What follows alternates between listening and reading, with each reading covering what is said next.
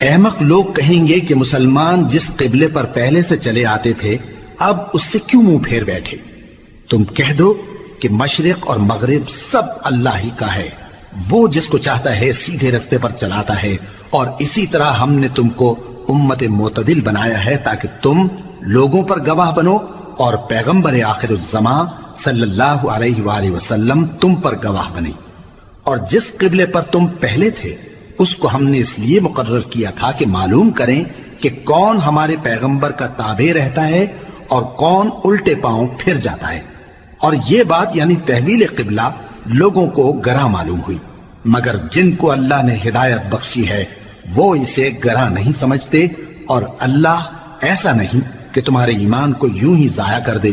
اللہ تو لوگوں پر بڑا مہربان ہے، صاحب رحمت ہے۔ اے پیغمبر صلی اللہ علیہ وآلہ وسلم، ہم تمہارا آسمان کی طرف منہ اٹھانا دیکھ رہے ہیں، سو ہم تم کو اسی قبلے کی طرف جس کو تم پسند کرتے ہو منہ کرنے کا حکم دیں گے۔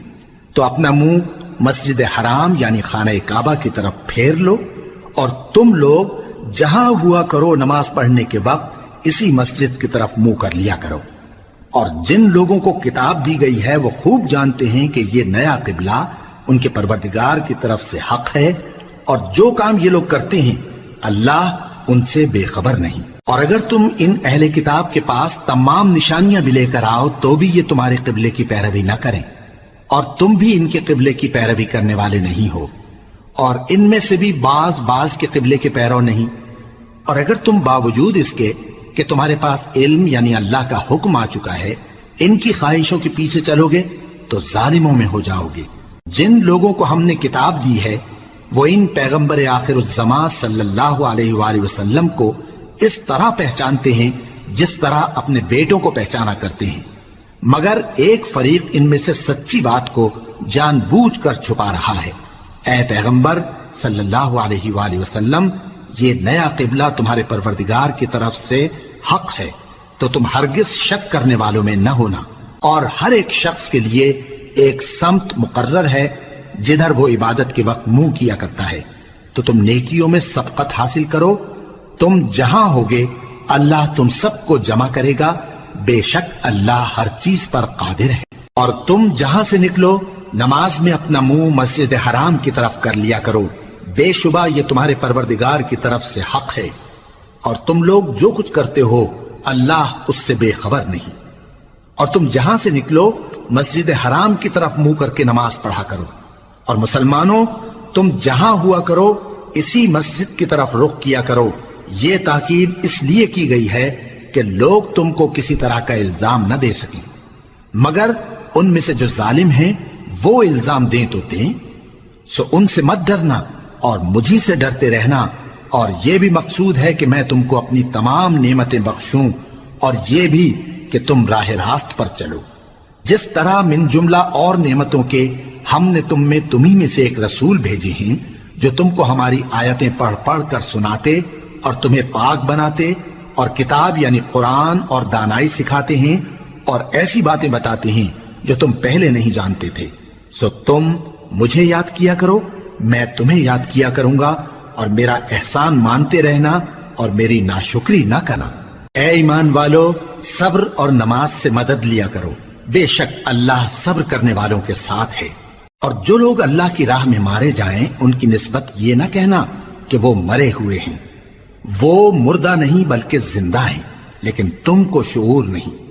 اور ہم کسی قدر خوف اور بھوک اور مال اور جانوں اور میووں کے نقصان سے تمہاری آزمائش کریں گے، اور صبر کرنے والوں کو بشارت سنا دو کہ ان لوگوں پر جب کوئی مصیبت واقع ہوتی ہے تو کہتے ہیں کہ ہم اللہ ہی کا مال ہیں اور اسی کی طرف لوٹ کر جانے والے ہیں۔ یہی لوگ ہیں جن پر ان کے پروردگار کی عنایتیں ہیں اور خصوصی رحمت بھی ہے، اور یہی سیدھے رستے پر ہیں۔ بے شک کوہ صفا اور مروہ اللہ کی نشانیوں میں سے ہیں، تو جو شخص خانہ کعبہ کا حج یا عمرہ کرے اس پر کچھ گناہ نہیں کہ دونوں کے درمیان چکر لگائے، بلکہ یہ ایک نیک کام ہے، اور جو کوئی نیک کام کرے تو اللہ قدردان ہے، دانا ہے۔ جو لوگ ہمارے حکموں اور ہدایتوں کو جو ہم نے نازل کی ہیں کسی غرض فاسد سے چھپاتے ہیں، باوجود کہ ہم نے ان کو لوگوں کے سمجھانے کے لیے اپنی کتاب میں کھول کھول کر بیان کر دیا ہے۔ ایسوں پر اللہ اور تمام لعنت کرنے والے لعنت کرتے ہیں۔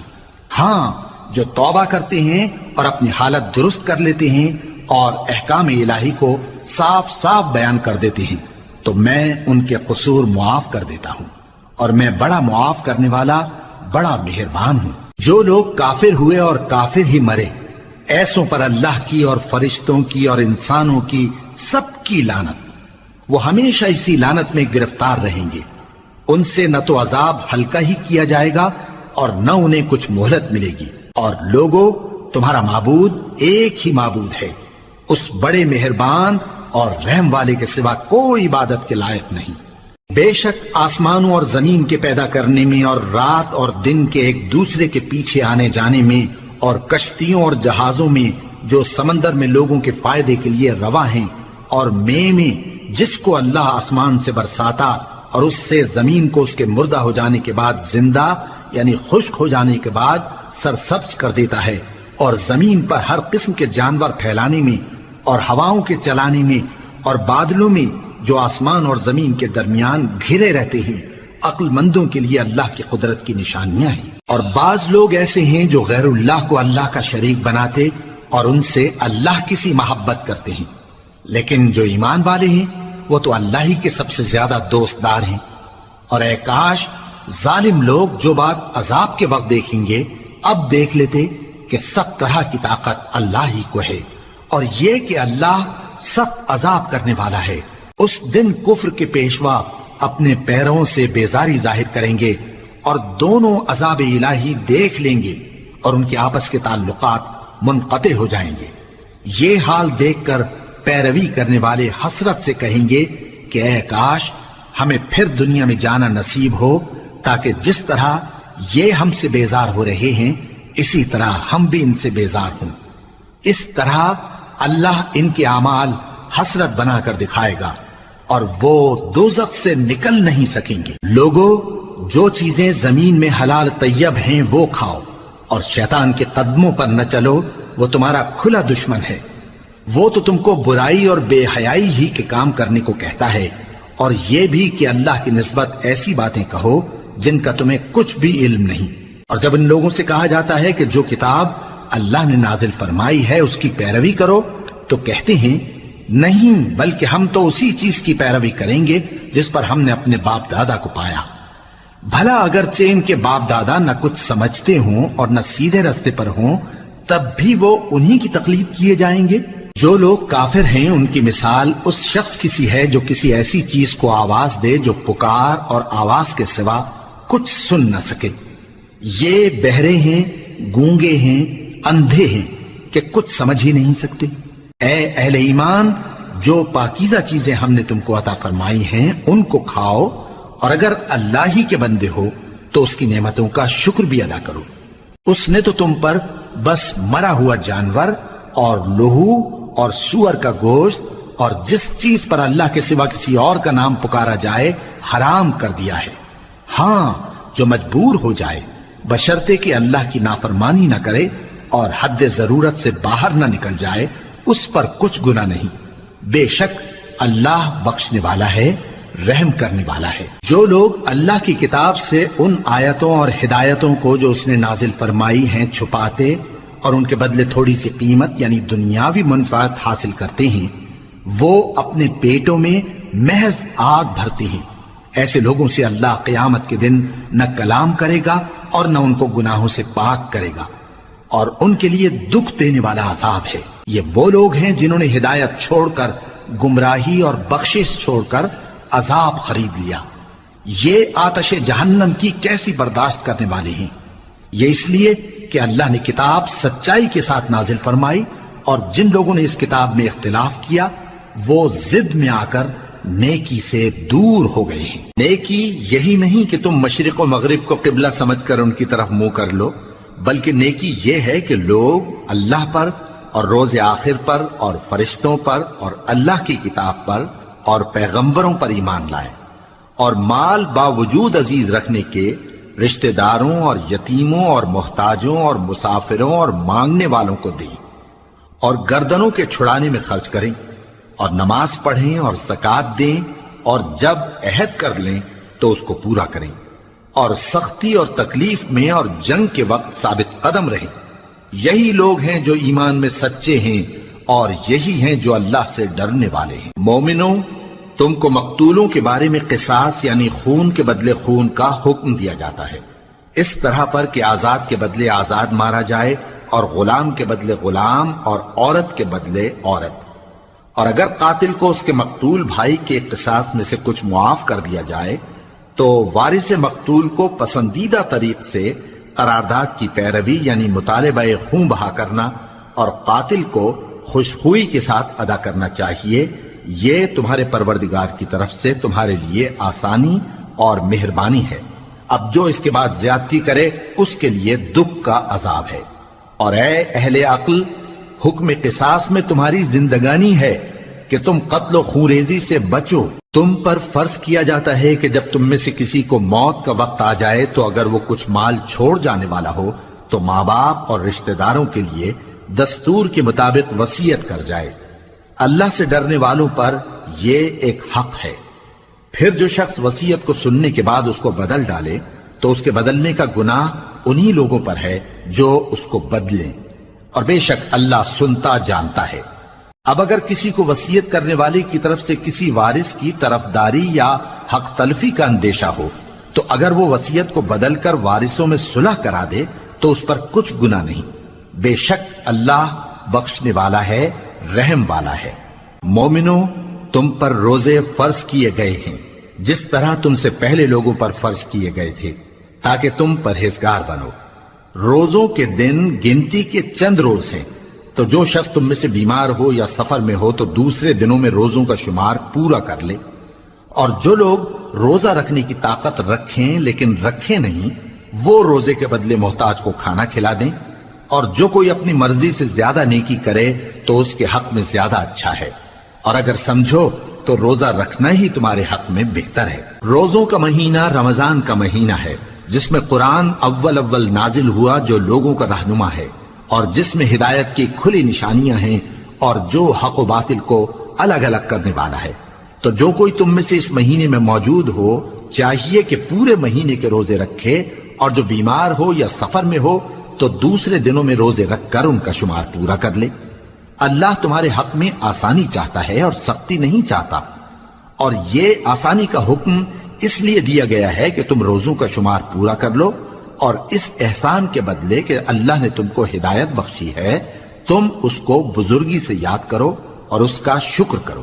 اور اے پیغمبر، جب تم سے میرے بندے میرے بارے میں دریافت کریں تو انہیں معلوم ہو کہ میں تو تمہارے پاس ہی ہوں۔ جب کوئی پکارنے والا مجھے پکارتا ہے تو میں اس کی دعا قبول کرتا ہوں، تو ان کو چاہیے کہ میرے حکموں کو مانیں اور مجھ پر ایمان رکھیں تاکہ نیک رستہ پائیں۔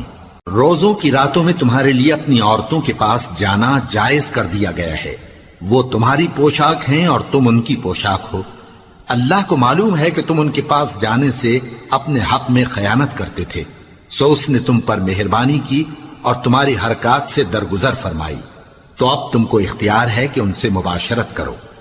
اور اللہ نے جو چیز تمہارے لیے لکھ رکھی ہے یعنی اولاد، اس کو اللہ سے طلب کرو اور کھاؤ اور پیو یہاں تک کہ صبح کی سفید دھاری رات کی سیاہ دھاری سے الگ نظر آنے لگے، پھر روزہ رکھ کر رات تک پورا کرو۔ اور جب تم مسجدوں میں اعتکاف بیٹھتے ہو تو ان سے مباشرت نہ کرو، یہ اللہ کی حدیں ہیں، ان کے پاس نہ جانا۔ اسی طرح اللہ اپنی آیتیں لوگوں کے سمجھانے کے لیے کھول کھول کر بیان فرماتا ہے تاکہ وہ پرہیزگار بنے۔ اور آپس میں ایک دوسرے کا مال ناحق نہ کھاؤ اور نہ اس کو رشوتاً حاکموں کے پاس پہنچاؤ تاکہ لوگوں کے مال کا کچھ حصہ ناجائز طور پر کھا جاؤ، اور اسے تم جانتے بھی ہو۔ اے پیغمبر، لوگ تم سے نئے چاند کے بارے میں دریافت کرتے ہیں کہ گھٹتا بڑھتا کیوں ہے۔ کہہ دو کہ وہ لوگوں کے کاموں کی میعادیں اور حج کے وقت معلوم ہونے کا ذریعہ ہے، اور نیکی اس بات میں نہیں کہ احرام کی حالت میں گھروں میں ان کے پچھواڑے کی طرف سے آؤ، بلکہ نیکوکار وہ ہے جو پرہیزگار ہو، اور گھروں میں ان کے دروازوں سے آیا کرو اور اللہ سے ڈرتے رہو تاکہ کامیاب ہو جاؤ۔ اور جو لوگ تم سے لڑتے ہیں تم بھی اللہ کی راہ میں ان سے لڑو، مگر زیادتی نہ کرنا، کہ اللہ زیادتی کرنے والوں کو دوست نہیں رکھتا، اور ان کو جہاں پاؤ قتل کر دو، اور جہاں سے انہوں نے تم کو نکالا ہے یعنی مکے سے، وہاں سے تم بھی ان کو نکال دو۔ اور دین سے گمراہ کرنے کا فساد قتل و خونریزی سے کہیں بڑھ کر ہے، اور جب تک وہ تم سے مسجد حرام یعنی خانہ کعبہ کے پاس نہ لڑیں تم بھی وہاں ان سے نہ لڑنا۔ ہاں اگر وہ تم سے لڑیں تو تم ان کو قتل کر ڈالو، کافروں کی یہی سزا ہے۔ پھر اگر وہ باز آ جائیں تو اللہ بخشنے والا ہے، رحم کرنے والا ہے۔ اور ان سے اس وقت تک لڑتے رہنا کہ فساد نابود ہو جائے اور ملک میں اللہ ہی کا دین غالب ہو جائے۔ پھر اگر وہ فساد سے باز آ جائیں تو ظالموں کے سوا کسی پر زیادتی نہیں کرنی چاہیے۔ ادب کا مہینہ ادب کے مہینے کے مقابل ہے، اور ادب کی چیزیں ایک دوسرے کا بدلہ ہیں۔ پس اگر کوئی تم پر زیادتی کرے تو جیسی زیادتی وہ تم پر کرے ویسی ہی تم اس پر کرو، اور اللہ سے ڈرتے رہو اور جان رکھو کہ اللہ ڈرنے والوں کے ساتھ ہے۔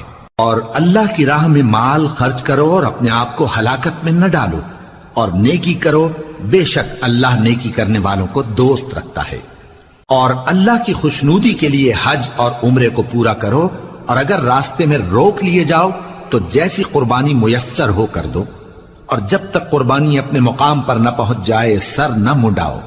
اور اگر کوئی تم میں بیمار ہو یا اس کے سر میں کسی طرح کی تکلیف ہو تو اگر وہ سر منڈا لے تو اس کے بدلے روزے رکھے یا صدقہ دے یا قربانی کرے۔ پھر جب تکلیف دور ہو کر تم مطمئن ہو جاؤ تو جو تم میں حج کے وقت تک عمرے سے فائدہ اٹھانا چاہے وہ جیسی قربانی میسر ہو کرے، اور جس کو قربانی نہ ملے وہ 3 روزے ایام حج میں رکھے اور 7 جب واپس ہو، یہ پورے 10 ہوئے۔ یہ حکم اس شخص کے لیے ہے جس کے اہل و عیال مکے میں نہ رہتے ہوں۔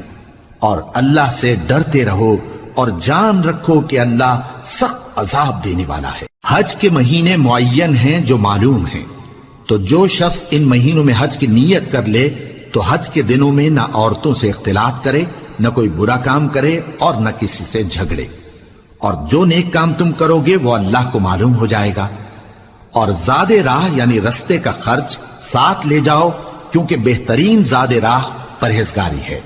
اور اے اہل عقل مجھی سے ڈرتے رہو، اس کا تمہیں کچھ گناہ نہیں کہ حج کے دنوں میں بذریعہ تجارت اپنے پروردگار سے روزی طلب کرو۔ اور جب عرفات سے واپس ہونے لگو تو مشعر حرام یعنی مزدلفہ میں اللہ کا ذکر کرو، اور اس طرح ذکر کرو جس طرح اس نے تم کو سکھایا، اور اس سے پیشتر تم لوگ ان طریقوں سے محض ناواقف تھے۔ پھر جہاں سے اور لوگ واپس ہوں وہیں سے تم بھی واپس ہو، اور اللہ سے بخشش مانگو، بے شک اللہ بخشنے والا ہے، رحمت کرنے والا ہے۔ پھر جب حج کے تمام ارکان پورے کر چکو تو مینا میں اللہ کو یاد کرو جس طرح اپنے باپ دادا کو یاد کیا کرتے تھے، بلکہ اس سے بھی زیادہ۔ اور بعض لوگ ایسے ہیں جو اللہ سے التجا کرتے ہیں کہ اے پروردگار ہم کو جو دینا ہے دنیا ہی میں دے دے، اور ایسے لوگوں کا آخرت میں کچھ حصہ نہیں۔ اور بعض ایسے ہیں کہ دعا کرتے ہیں کہ پروردگار ہم کو دنیا میں بھی نعمت عطا فرما اور آخرت میں بھی نعمت بخشیو اور دوزخ کے عذاب سے محفوظ رکھیو۔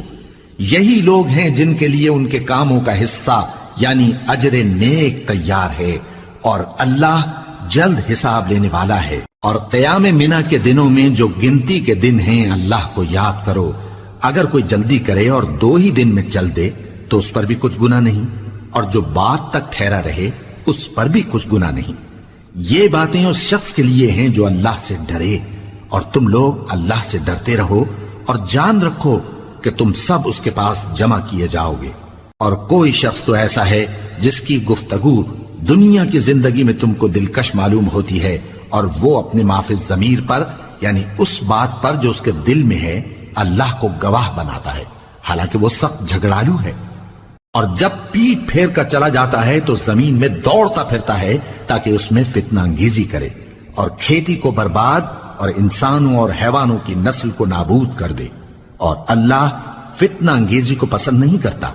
اور جب اس سے کہا جاتا ہے کہ اللہ سے خوف کر تو غرور اس کو گناہ میں پھنسا دیتا ہے، سو اس کو جہنم کافی ہے اور وہ بہت برا ٹھکانہ ہے۔ اور کوئی شخص ایسا ہے کہ اللہ کی خوشنودی حاصل کرنے کے لیے اپنی جان بیچ ڈالتا ہے، اور اللہ بندوں پر بہت مہربان ہے۔ مومنو، اسلام میں پورے پورے داخل ہو جاؤ اور شیطان کے پیچھے نہ چلو، وہ تو تمہارا کھلا دشمن ہے۔ پھر اگر تم احکام روشن پہنچ جانے کے بعد لڑکھڑا جاؤ تو جان رکھو کہ اللہ غالب ہے، حکمت والا ہے۔ کیا یہ لوگ اسی بات کے منتظر ہیں کہ ان پر اللہ کا عذاب بادل کے سائبانوں میں آ نازل ہو اور فرشتے بھی اتر آئیں اور کام تمام کر دیا جائے؟ اور سب کاموں کا رجوع اللہ ہی کی طرف ہے۔ اے پیغمبر، بنی اسرائیل سے پوچھو کہ ہم نے ان کو کتنی کھلی نشانیاں دیں، اور جو شخص اللہ کی نعمت کو اپنے پاس آنے کے بعد بدل دے تو اللہ سخت عذاب کرنے والا ہے۔ اور جو کافر ہیں ان کے لیے دنیا کی زندگی خوشنما کر دی گئی ہے، اور وہ مومنوں سے تمسخر کرتی ہیں، لیکن جو پرہیزگار ہیں وہ قیامت کے دن ان سے اوپر ہوں گے۔ اور اللہ جس کو چاہتا ہے بے حساب رزق دیتا ہے۔ پہلے تو سب لوگوں کا ایک ہی مذہب تھا، لیکن وہ آپس میں اختلاف کرنے لگے تو اللہ نے ان کی طرف بشارت دینے والے اور ڈر سنانے والے پیغمبر بھیجے، اور ان پر سچائی کے ساتھ کتابیں نازل کی تاکہ جن امور میں لوگ اختلاف کرتے تھے ان کا ان میں فیصلہ کر دے۔ اور اس میں اختلاف بھی انہی لوگوں نے کیا جن کو کتاب دی گئی تھی، باوجود کہ ان کے پاس کھلے ہوئے احکام آ چکے تھے، اور یہ اختلاف انہوں نے صرف آپس کی ضد سے کیا۔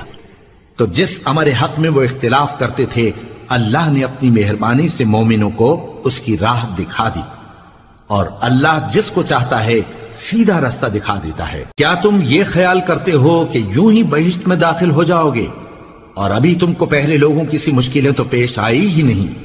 ان کو بڑی بڑی سختیاں اور تکلیفیں پہنچیں، اور وہ صعوبتوں میں ہلا ہلا دیے گئے، یہاں تک کہ پیغمبر اور مومن لوگ جو ان کے ساتھ تھے سب پکار اٹھے کہ کب اللہ کی مدد آئے گی۔ دیکھو اللہ کی مدد ان قریب آیا چاہتی ہے۔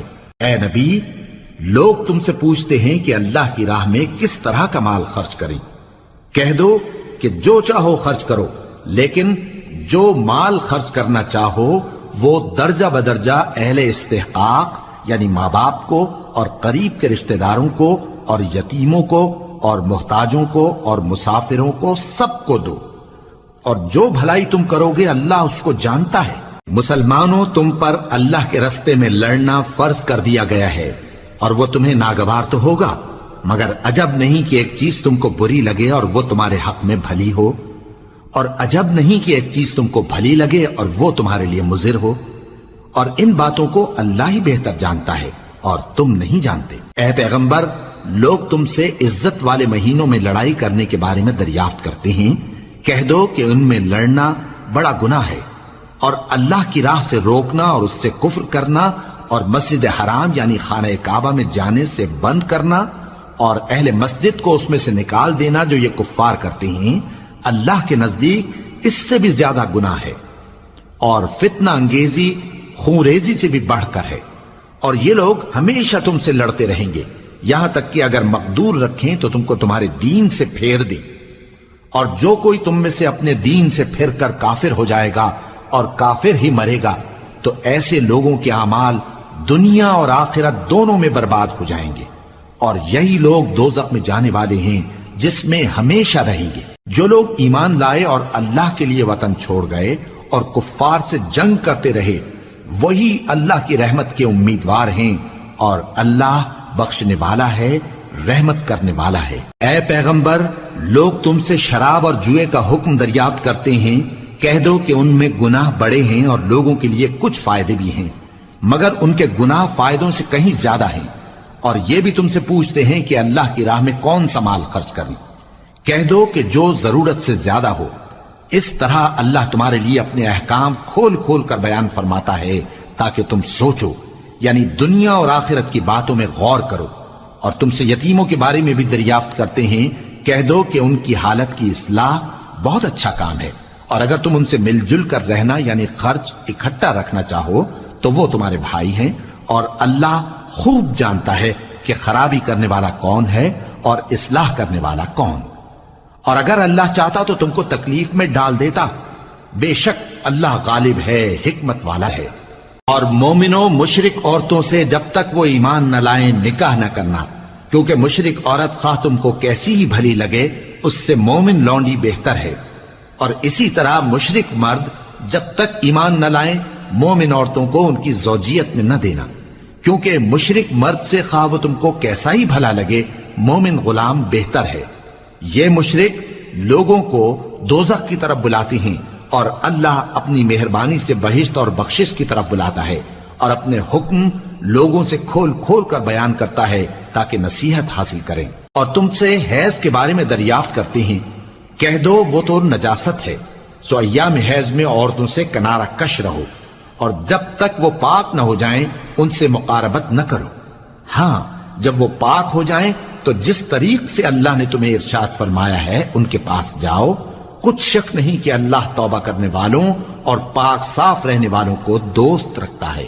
تمہاری عورتیں تمہاری کھیتی ہیں، تو اپنی کھیتی میں جس طرح چاہو جاؤ، اور اپنے لیے نیک عمل آگے بھیجو، اور اللہ سے ڈرتے رہو، اور جان رکھو کہ ایک دن تمہیں اس کے روبرو حاضر ہونا ہے۔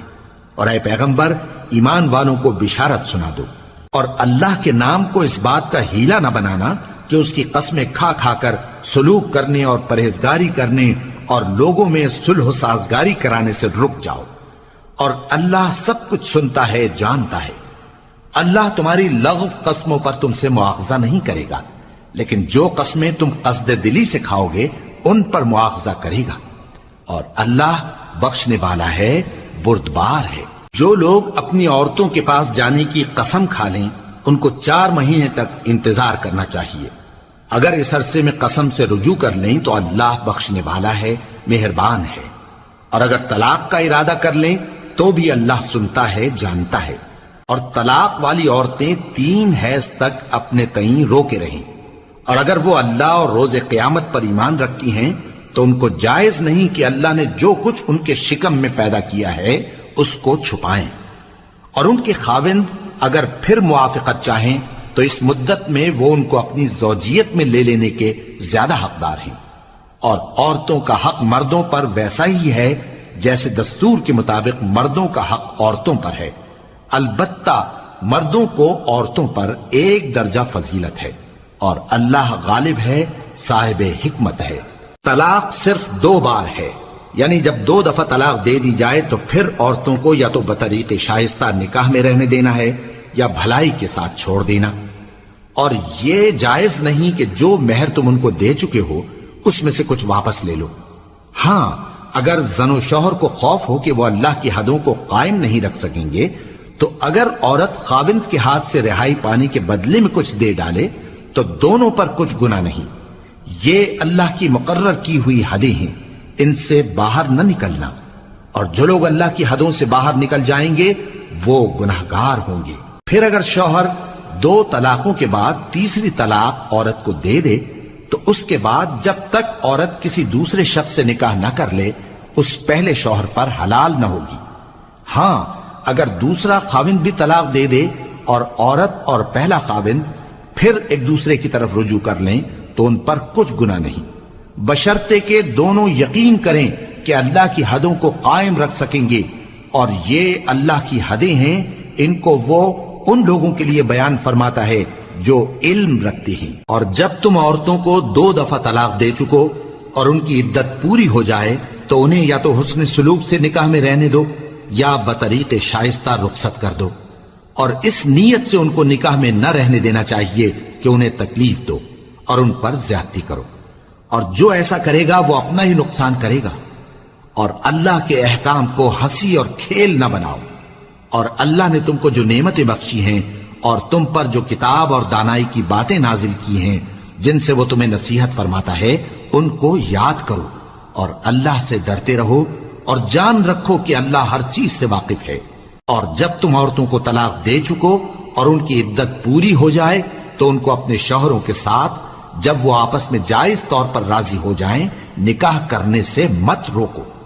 اس حکم سے اس شخص کو نصیحت کی جاتی ہے جو تم میں اللہ اور روز آخر پر یقین رکھتا ہے، یہ تمہارے لیے نہایت خوب اور بہت پاکیزگی کی بات ہے، اور اللہ جانتا ہے اور تم نہیں جانتے۔ اور مائیں اپنے بچوں کو پورے 2 سال دودھ پلائیں یہ حکم اس شخص کے لیے ہے جو پوری مدت تک دودھ پلوانا چاہے، اور دودھ پلانے والی ماؤں کا کھانا اور کپڑا دستور کے مطابق باپ کے ذمے ہوگا۔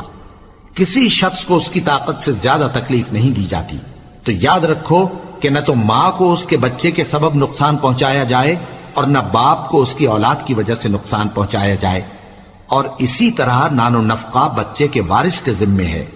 اور اگر دونوں یعنی ماں باپ آپس کی رضامندی اور صلاح سے بچے کا دودھ چھڑانا چاہیں تو ان پر کچھ گناہ نہیں، اور اگر تم اپنی اولاد کو دودھ پلوانا چاہو تو تم پر کچھ گناہ نہیں، بشرطے کہ تم دودھ پلانے والیوں کو دستور کے مطابق ان کا حق جو تم نے دینا کیا تھا دے دو، اور اللہ سے ڈرتے رہو اور جان رکھو کہ جو کچھ تم کرتے ہو اللہ اس کو دیکھ رہا ہے۔ اور جو لوگ تم میں سے مر جائیں اور عورتیں چھوڑ جائیں تو وہ عورتیں 4 مہینے اور 10 دن اپنے آپ کو روکے رہیں، اور جب یہ عدت پوری کر چکیں اور اپنے حق میں پسندیدہ کام یعنی نکاح کر لیں تو تم پر کچھ گناہ نہیں، اور اللہ تمہارے سب کاموں سے واقف ہے۔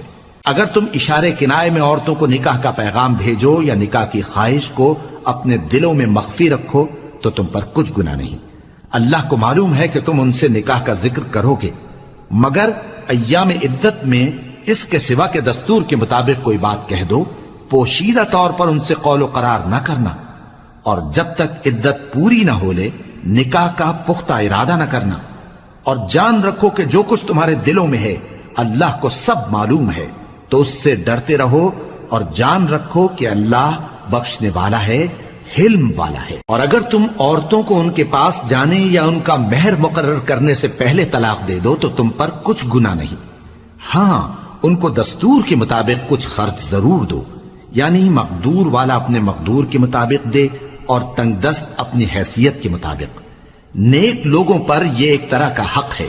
اور اگر تم عورتوں کو ان کے پاس جانے سے پہلے طلاق دے دو لیکن مہر مقرر کر چکے ہو تو آدھا مہر دینا ہوگا۔ ہاں اگر عورتیں مہر بخش دیں یا مرد جن کے ہاتھ میں عقد نکاح ہے اپنا حق چھوڑ دیں اور پورا مہر دے دیں تو ان کو اختیار ہے۔ اور اگر تم مرد لوگ ہی اپنا حق چھوڑ دو تو یہ پرہیزگاری کی بات ہے، اور آپس میں بھلائی کرنے کو فراموش نہ کرنا۔ کچھ شک نہیں کہ اللہ تمہارے سب کاموں کو دیکھ رہا ہے۔ مسلمانوں، سب نمازیں خصوصاً بیچ کی نماز یعنی نماز عصر پورے اہتمام کے ساتھ ادا کرتے رہو اور اللہ کے آگے ادب سے کھڑے رہا کرو۔